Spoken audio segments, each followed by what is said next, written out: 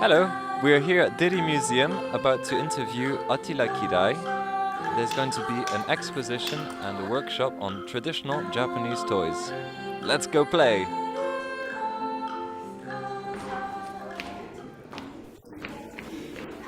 Organized for the students of the university, and this is the second time we do this here in Hungary, and we do this Japanese cultural workshop at the Déri Museum. The reason why we choose Debrecen University and the Déri Museum this time is that our university, Josai International University, has a close relation with the Debrecen University, so we have scholarship students coming from Debrecen, and also, the Déri Museum has very, very famous Japanese exhibition.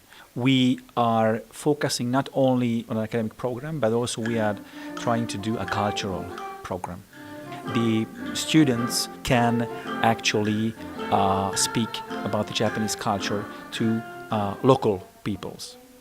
The job of the students is to make presentations in 4 different Hungarian universities.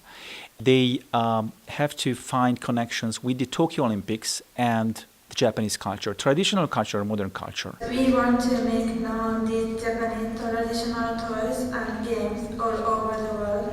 The presentation we heard today was about traditional toys, and the free students who researched this subject, they actually try to think about how to bring attention to these toys and how to use them, probably maybe during the Olympics.